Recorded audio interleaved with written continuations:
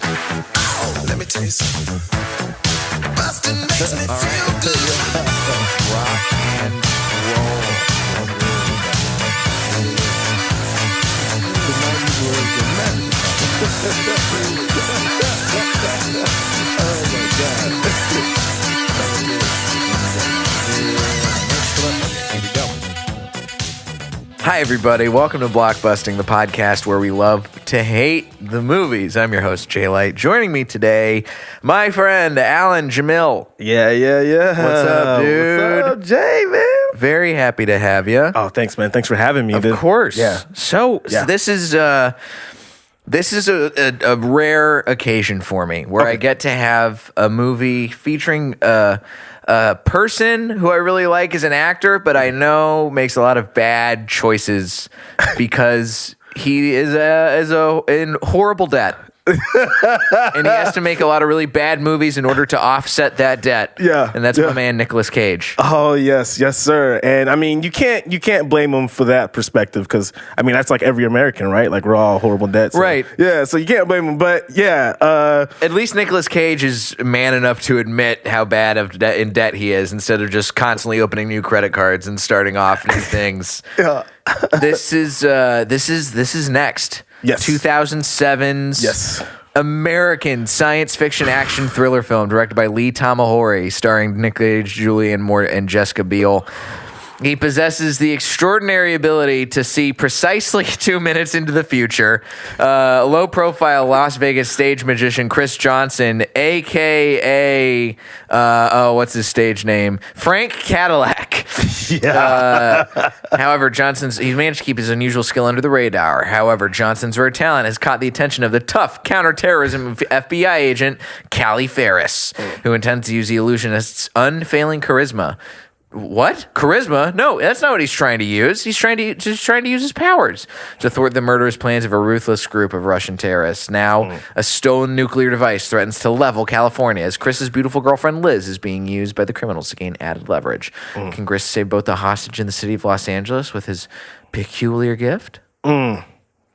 Spoiler alert. We don't know. We don't know. It's open-ended. Yeah. This movie is so... Yeah. It's bad in an enjoyable way, at least.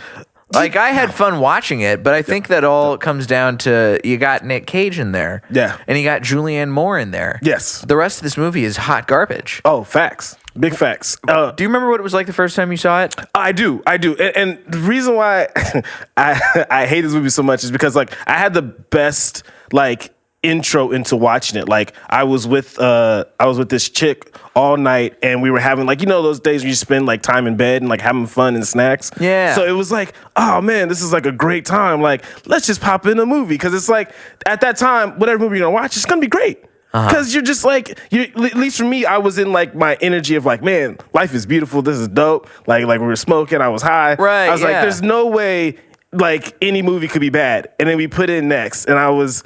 Did she have it on DVD? She was watching it on like streaming service. I forgot which one. Yeah.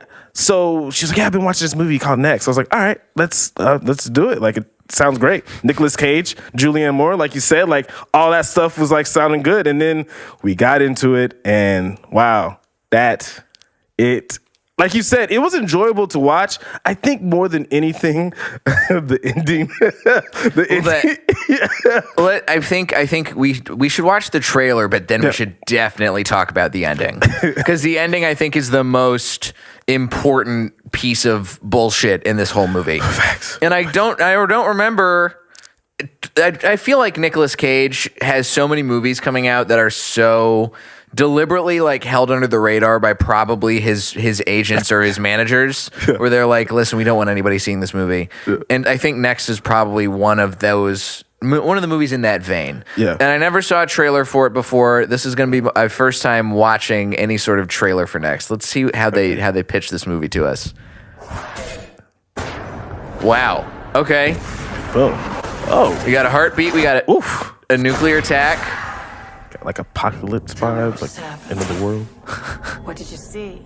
If I do what you want, it'll keep me in this chair forever.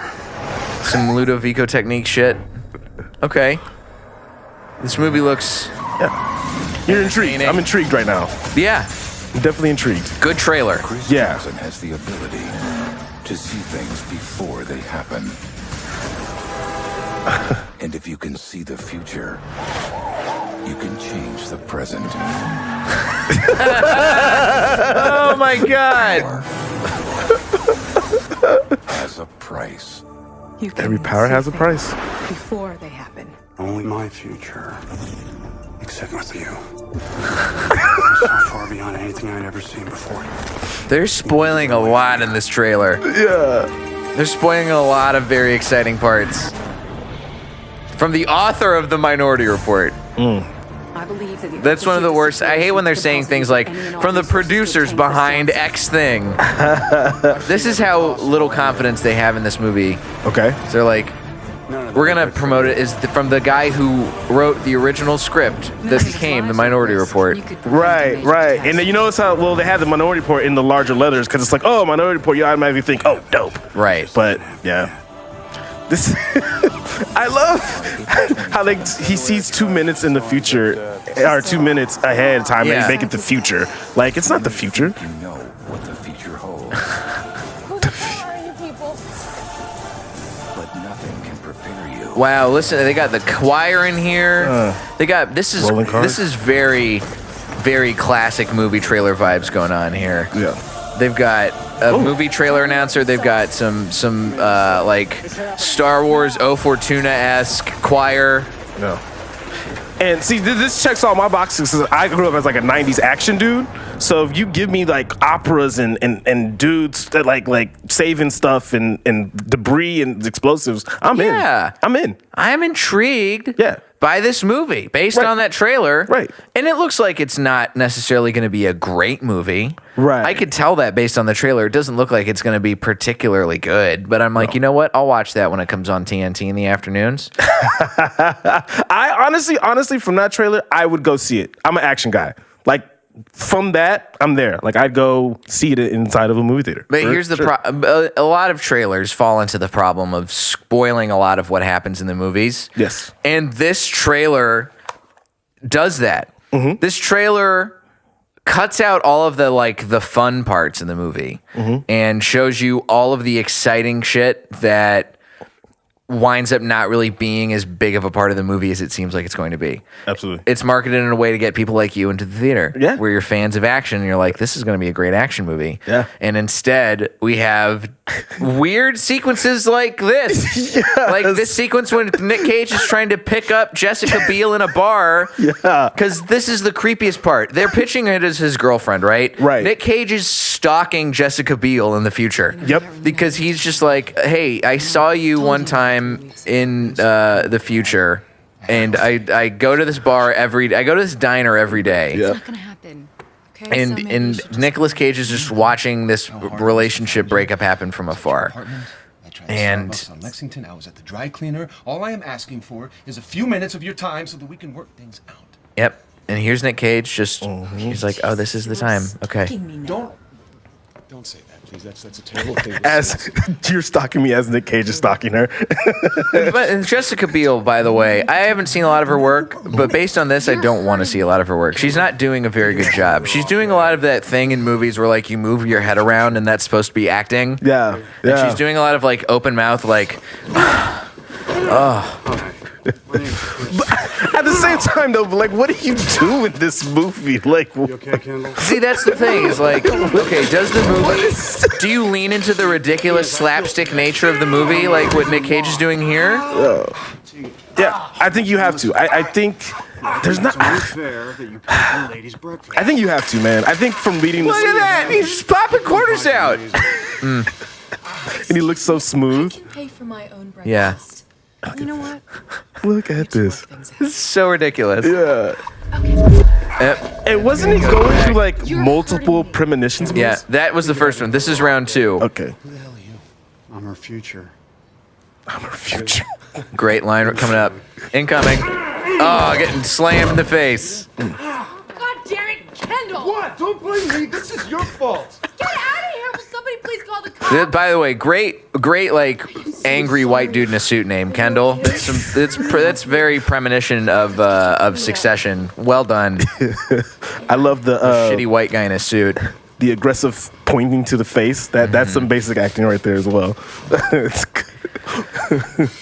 And I've been spoiled by living in Los Angeles now because I know this movie's supposed to take place in Las Vegas, but I've been to that diner. That's Pan's. That's Pan's in Los Angeles on the way to LAX. Oh, I've been taken out. I know too much. Yeah, you do. I know too much about what happens. Oh man. Yeah. So when I was watching that scene, and I was like, he's spending a lot of premonitions on just this one interaction, right? And it's like, I guess I don't know what I would do, but like, think about if you had that power to see like 2 minutes ahead. Is that what you would spend your time doing? Just like trying to creep on a girl? Or? Right. Well, that's the thing is like, we never really get a lot of the mechanics of the 2 minutes explained. Yeah, exactly. But it seems like initially he's using it in the casino to gain advantage on bets, right? And that's how he's winning. He avoids as they're trying to chase him out of casino and try and like take him back to the casino jail, like the Disney jail version for casinos. He's using it to like evade the security and steal shit from the guy in the bathroom. And it's like, okay, well, he's seeing 2 minutes ahead, so he knows exactly what to do in the right moments. Yeah. Then we get to this part where we're like, oh, is he using it to like replay premonitions over and over again? So how does that work? Is he like sucked into his head? And he sees something that happens over and over again and he gets to play it out. So he's just sitting there like going, like his eyes rolling back in his head, sitting at a bar. How long does that take? Does that cut into his time of the premonition? Yeah. I don't understand. Right. But then they somehow, they're like, they don't do a whole lot of explaining of it, which I kind of appreciate, is that they're just like, listen, there's no way we can fully explain how fucking bonkers this plan is. Okay. So we're just going to try and just throw shit at you. Cause then he's like, listen, when it's with you, I can see further into the future. I can see 5 minutes into the future. I don't know how it works, but there's something about our connection that you and me have. And you just go with that? You like if somebody told you, like, oh yeah, this just checks out. Because we have no choice but to go with it. Yeah, right. They don't take the time to sit down and explain anything, so we just have to sit and watch what happens. Yeah. Yep. And that's the crazy thing too, is they sort of develop the powers over more and more, and then we get to I want to show the last scene of the movie before we go back and discuss anything else, because like I said, in the last scene of the movie, they discuss or the powers sort of become way overblown. I made a mistake is the last one. That's it's a very classic. Yeah, here we go. Okay, so I made a mistake. So just to spoil everything, Nic Cage is trying to go along with, he eventually like succumbs to going with the FBI because his girlfriend, who he stalked, and then she just fell in love with him, and they had sex in like a weird dusty motel on a cliffside. That's right. And they go, and she's like, this is fine. I'm totally okay with this. They kidnap her. They strap her to a wheelchair with a bomb on her chest. They track her down to a warehouse in, I think, Long Beach. And they finally saved her. So we're going in after her. Nic Cage is like, I'm going for it. All right, we've made this happen. Come on, man. Okay, yeah, here we go. Release the hostage. And Julianne Moore doing okay. Making it work. Doing what he can. Nic Cage knows what's gonna happen. And she's and this is very tense. The tone in this movie has completely shifted at this point from like sort of wacky and weird to being very action oriented. It's been all over the place. So this is now, we're in the part where it's going to be tickling your fancies as a moviegoer, because you came to see the action sequences. It definitely won't be good for you. But this part doesn't make Matrix. It's very weird. It's very Matrixy. We've never seen the powers that he's had illuminated at this point, right? At any chance during the movie. Julianne Moore shoots the phone out of his hand and doesn't hurt the guy. Julianne Moore shoots a man in the head and there's no blood. No. You know, that's how shots work. Yeah. Oh, yeah. Absolutely. I mean, this is a very realistic movie. No, it's not. Everything's cool. We did it. Uh-oh. Wait a minute. Uh-oh. There's no nuke. Your device was moved. location. Now this. Good old FBI. Yep. Good old FBI is looking for nukes, man. Standard They've got protocol. the seismology thing. Nic Cage is looking at it because he can see 2 minutes ahead or 5 minutes ahead. I don't know. We've lost all chain of time at this point. Well, and so at this point, you're also like, well, what else can he do? He just premonitioned in real time. But then he goes, I made a mistake. I made a mistake. It's happening. When? Now. It's happening now. Bomb. Oh, the nuke. a nuclear device goes off. Yep. Terrible CGI. and that's how the movie. And then we are about to roll the credits. Yep. All of that was a premonition. All that was a premonition that this scene where he's in bed with her takes place days in advance. Yes. So now they're totally even blowing out of the proportion how far his powers actually work. Exactly. It doesn't, I don't fucking understand. Me neither. Once it got into that realm of like you said, we don't understand how his power works. They just started throwing things like, they just started making things happen. Like, well, he can just do this, and he can. And like you said, we're along for the ride, so we can't really stop and be like, "Hey, excuse me, like, what's going on?" Like, you just have to be down for this experience because they're not explaining anything else anymore. Right? That's what they told us. They've given up on explaining things, but that's the problem. Is that last scene? Yeah. It cuts to credits right after that. Exactly. And it plays some sort of like Linkin Park knockoff song. So we're seeing sequences throughout this where it's like we're showing him splitting off and his premonitions are going off to go do different things. Right. Which this is not again, this isn't a power that we've seen at any point in the movie. We don't know that this can happen. Yeah. And also too, if you think about the ending, now these are premonitions inside of premonitions. Right. He's having multiple premonitions inside of a premonition. So why are we following this thread? I don't know. That's why I hate this movie. It's so weird, man. Like, it goes from being something that's like fun and kind of ridiculous, to being completely wholly, I don't understand how this movie is functioning ridiculous. Yes. 100%. We got some Inception vibes now. Like, now he's inside of his dream. But the problem here's premonition. the difference between this and Inception is at least Inception over explains everything. Yes. Inception takes the time to be like, I know you're not going to understand a goddamn thing that happens in this movie if I don't explain everything. Absolutely. But Nicolas Cage is just walking around here, just, letting his premonitions die. Different shit's happening. I don't know how we get to this point. Right. He gets shot in the head, I think. I don't know. Right. I just don't know. And also too, like, what happens? Do his premonitions complete their mission? Do they like die? Do they like what's happening with all these split offs of ideas he's having? Like, look, it just he's gone. Yeah, he's just standing there. What's happening with this with these premonition missions with Nicolas Cage mouth breathing, just standing there? Yeah, I think that's it. I think the premonitions just go off and they stand in the corner and mouth breathe. I think that's what they do. Yeah, it's like the Sims characters, where they just stand there waiting for while the music is playing in the background, like the soft shop music, and you're just waiting for Nic Cage to be bought. Exactly. So then this hard cut to the credits happens. Yeah. And all of a sudden, we're like, how's any of this supposed to work? Right. Is he going to go help the FBI agent? Or is this, what's going on with any of his powers? I don't know how it works. Yeah. And then we just like, okay, is he going to save the nuke? I don't get it. I'm so thrown off. I'm sure. Yeah.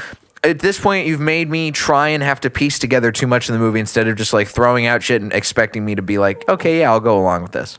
Exactly. Now too many questions are raised in my mind. Right. And that all circles back to what you said, the power of explanation. If they could have gave us some type of like explanation of what's going on, I would be even down with the whole premonition inside of a premonition, but like, let me know what's going on. And the fact that y'all didn't, and we got on this extreme ride, and then you just like throw us off, and we have to look back like, well, what the fuck did we just do? What? I don't understand what we just did. Somebody help me. It's like, give us an explanation. Just a tiny one. A tiny bit, man. Yeah. It was, I think that's literally the only thing it lacked. And that's why I just hate this type of movie. And also, too, like, all of it was for nothing. Like, oh, all of that was just a dream. Like, fuck, man. Right? It's a dream? It's a premonition. So we didn't really do anything. No. We were just lying in bed with Jessica Biel. That's it. That's the is we learn. Yeah. Absolutely nothing in this movie. Exactly. And there's all these scenes. By the way, instead of doing cool action sequences throughout a lot of the movie, like you would expect based on the trailer, they do shit like, oh, we're going to follow Jessica Biel and Nic Cage on this weird road trip where she goes to an Native American reservation, and they go and she's like teaching kids, and they're like, he looks at you like my boyfriend looks at his girlfriend. Oh, and by the way, one of the greatest cuts of the movie, the only part that I laughed out loud at is in that scene where where the little Native American girl just goes, he's looking at you the way that my sister's boyfriend looks at her, and then it just cuts to Nic Cage, mouth breathing, like staring at her with just like falling asleep eyes, premonitioning like, what are all the ways I can have sex with this Jessica Biel chick? That's so weird. That is really weird. It's so weird. There's all these there's fun action sequences too in this movie. There's some fun action sequences. Like this sequence where it's very clearly bad CGI, but you get a fun chase down a mountain where Nic Cage is like, you gotta wait 45 seconds and then you can launch this stuff. So here we go. Yep. He's about to dodge a sniper's bullet because he can sense it. Woo! Great. Yeah, I'm loving this. And see, here we go. Look, Jessica Biel's gonna dive out of a moving car. Great action filmmaking. You knock over a water tower. You send a car flying down a hill. Here for it. I'm very on board with all this. It's some logs. Yeah. Logs. It's like Final Destination. We're about to have a crazy death sequence coming out of that. But yep, here comes the car. Whoop. Great. Love it. Very on board. Super cool. Nic Cage dodges a car as it flies at him, but in front of the green screen. Here we go. Boom.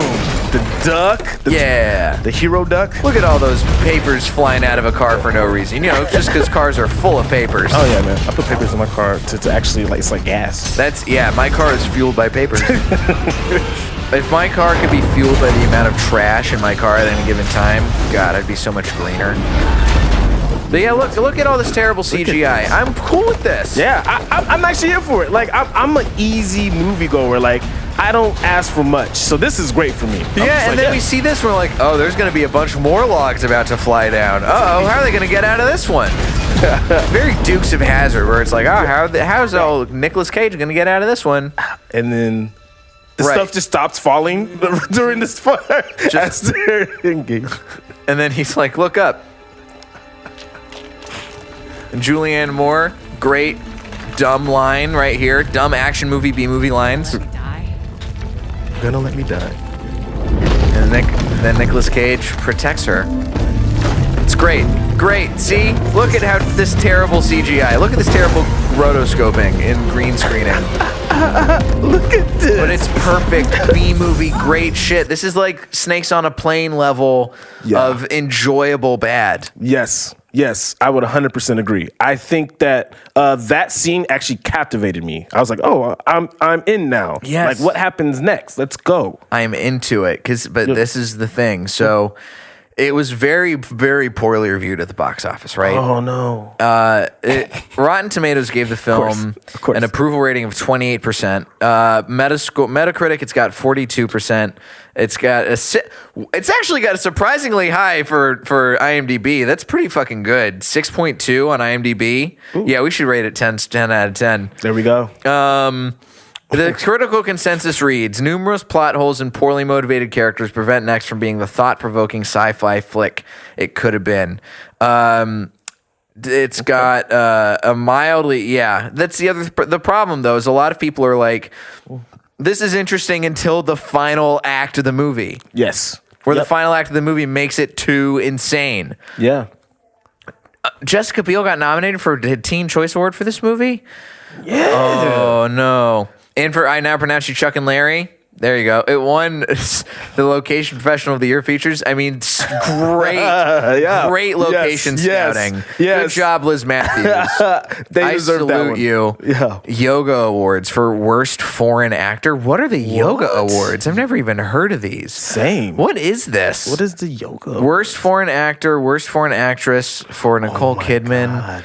What is the Yoga Awards? You can get so they literally award them for being the worst. Is that what I'm picking up on? I guess. I mean, I know the Razzie Awards, where that's a classic. Yeah, that's classic. Razzie Awards are great, but is this just another version of shit?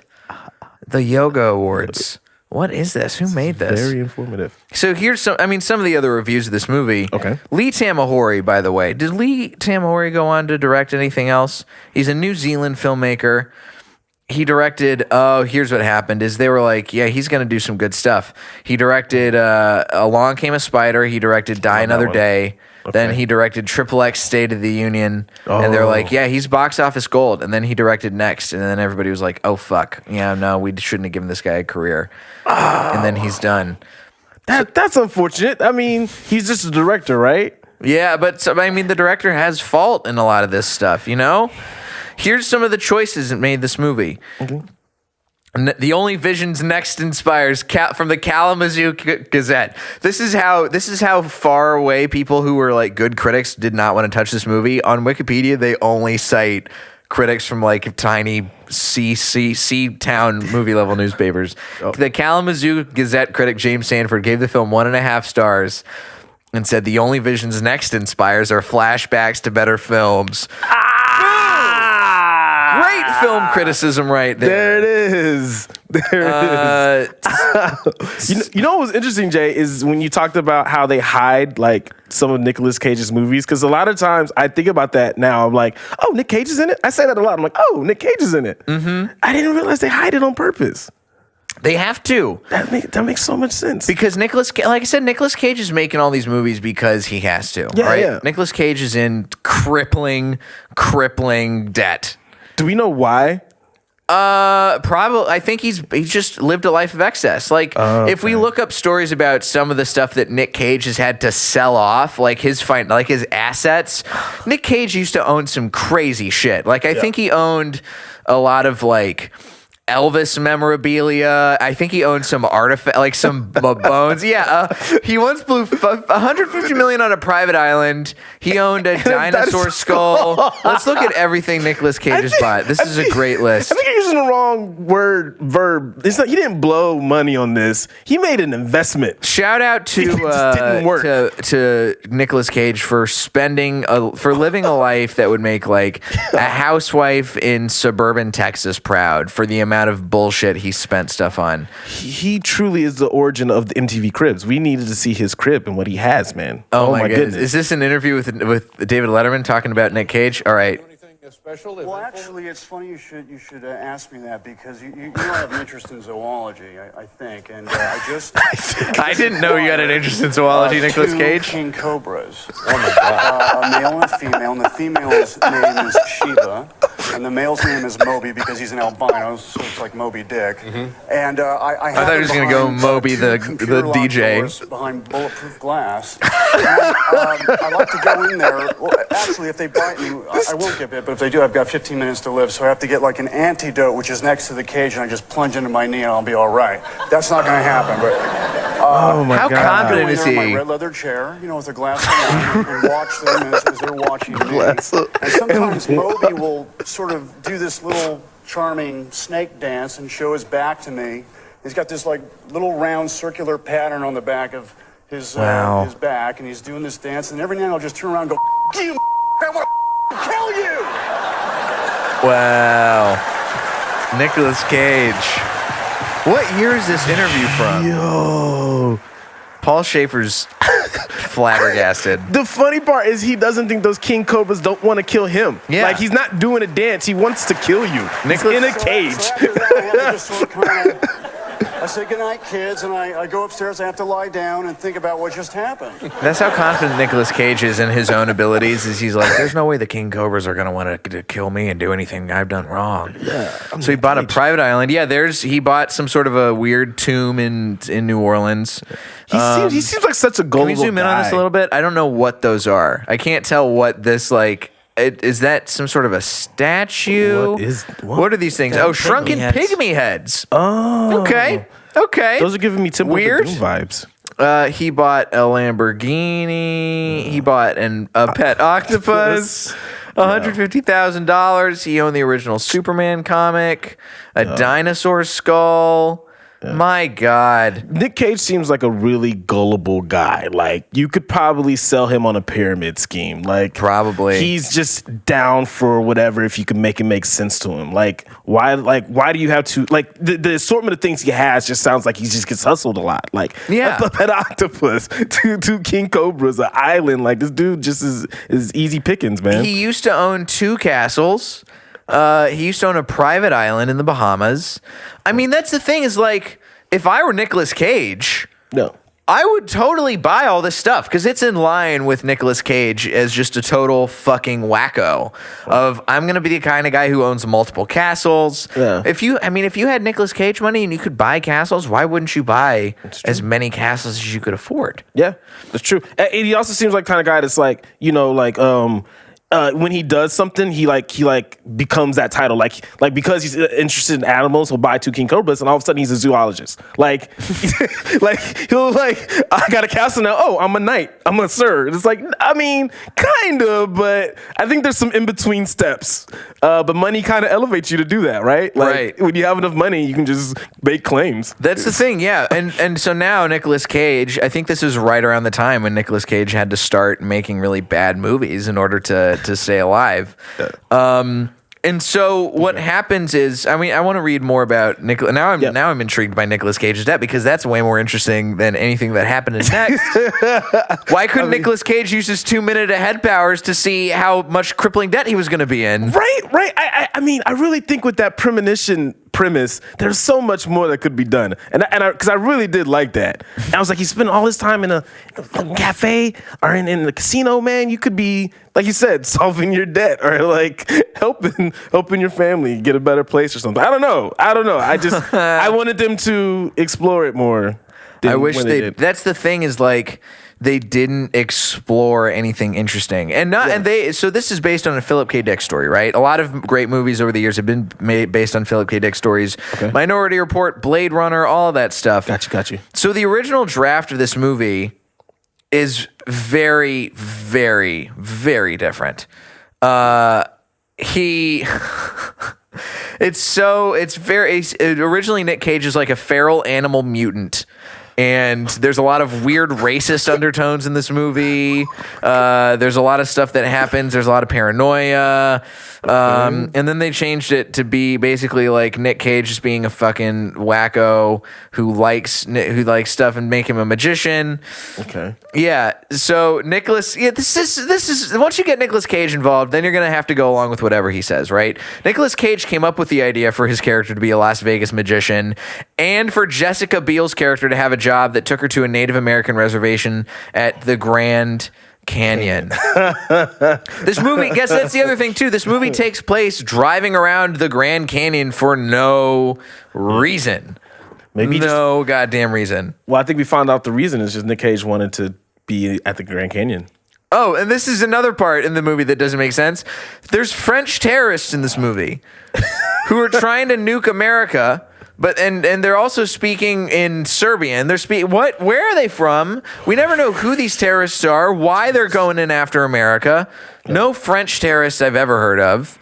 I mean, shout out to the guys who made this movie for not just doing the easy route and making them people from the Middle East, not doing some sort of weird Al-Qaeda cell. Yeah, that's true. God, it's so... Yeah. I didn't realize they were French. I thought they were Russian. Nah, they're talking with weird French accents. Great. Are there any goofs that happen in Next, or any some quotes? I mean, the movie? Some choice quotes in this movie. That's what I love about IMDb, is that we can actually take a look at some of this stuff. Yeah. We got some goofs, huh? Let's get some goofs. What do we got, a goof? He tells a joke about a Zen master. Okay. The punchline should be, wait a minute. I completely glossed over this. Chris claims he hasn't been using his power to wait a second. This isn't even a goof. Chris claims he hasn't been using his power to set up the relationship, though that's clearly how he made first contact at the diner. That's not a goof. That's just him lying. Yeah. That's clearly a lie. Ugh, I hate this. I hate the people who do some of these. Let's see. Are there any let's see some choice lines from this movie, because there's no way I can remember any of the good stuff. Some of these moments of Jessica Biel. Here's the thing about the future. Every time you look at it, it changes because you looked at it, and that changes everything else. Brilliant screenwriting. Brilliant screenwriting right there. I love the Spider-Man S line about having the power. What was it? It was like having a great power. With great power comes great responsibility, but they just do the fake version of that. Yeah. I forgot what it was. It was like power. It was weird. I don't want you to die. And this is a terrible. Like I think when they wrote this line, they try to make it. They're like, yeah, this is the fucking great screenwriting right here. We just passed it. Yeah, I've seen every possible ending. None of them are good for you. That's just so like, it's so bad. And Nic Cage even delivers it with knowing how bad it is, of just trying to do a cool line. But fuck, man. Yeah. I don't know, man. I gotta disagree on you. I think that's a cool ass line, but I'm an action dude. So if you say a line like that for me, I'm like, oh man, I'm here. But see, here's the thing. I agree with you. I think it could have been a cool line, but it's a cool line in a movie that Next is not. Next is not a cool action movie. Next doesn't know what it wants to be. Yes. Yeah. Wait a second, I completely missed this. Okay. Here we go. All right, you be Liz. Okay. You be Jessica Biel. I'm going to be Nicolas Cage. Got you. I have a small magic act back in Vegas, the Frank Cadillac show. I thought your name was Chris. It is. Frank Cadillac is my stage name. How'd you come up with that? I picked two things I really liked and put them together. Frankenstein and Cadillacs. Boom! He should have just walked away. This is great. Let's end the movie right there. That's all we need. And one more great line. I like rain. I like rain too. Great. See? I love a movie. I want a movie. If I'm going to see Nic Cage in a movie, I want it to feel. You got to pick a lane. All right. You got to be either ridiculous Nic Cage and great B movie Nic Cage. Okay. Or serious action movie Nic Cage. And those two movies, like National Treasure, right? Mm-hmm. National Treasure is serious Nic Cage. Serious action movie Nic Cage. Yeah. And a Disney-fied PG version of an action movie, but it's so much fun. Mm-hmm.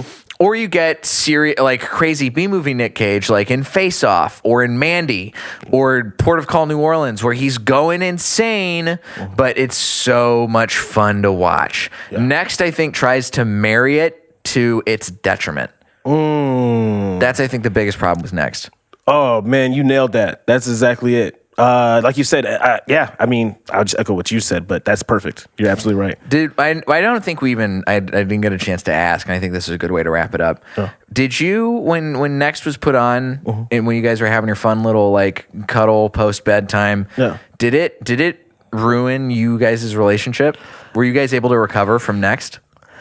Honestly, when the ending happened, I got up. I did get up, and I kind of like left.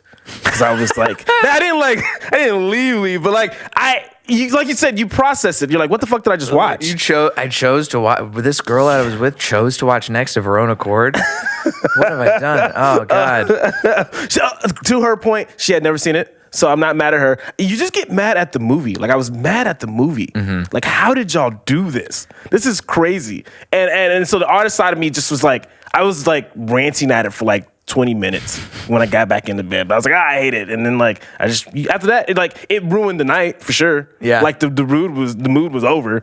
And then like I ranted about it. And then like, yeah, just go to sleep after that, because that was, what the fuck did I just watch? Here's how I'm going to wrap this up. Okay. So sometimes I ask a movie in the different kind of vein of what you'd want to watch instead of Nicolas Cage. But we all know there's a ton of great Nicolas Cage, and there's a ton of great action movies that you can watch instead of watching Next. Mm-hmm. What I want to ask you, Alan, is if you could pick a movie to watch instead of Next in that moment where you're like having a great time with this girl and you want to keep things going, you want to keep things light and fun. Yeah. What do you watch instead of Next? Oh, okay. to not ruin the moment, Yeah. which is a tough call. Yeah. But I think that there are certain movies that you would rather have seen that are more fun than Next. Yeah. Well, this is coming from me, but I think a good movie in that time would have been just something like you know what comes to my head? I don't know why Die Hard comes to my head. Die Hard's a great choice because Die Hard is actually fun. Yeah. Die Hard is a fun movie. It stays in the range of like elevated action, but also an elevated B movie. Yeah. And it's a great time the whole time. Yeah. It's never sacrificing anything. It's never backpedaling on anything. Yeah.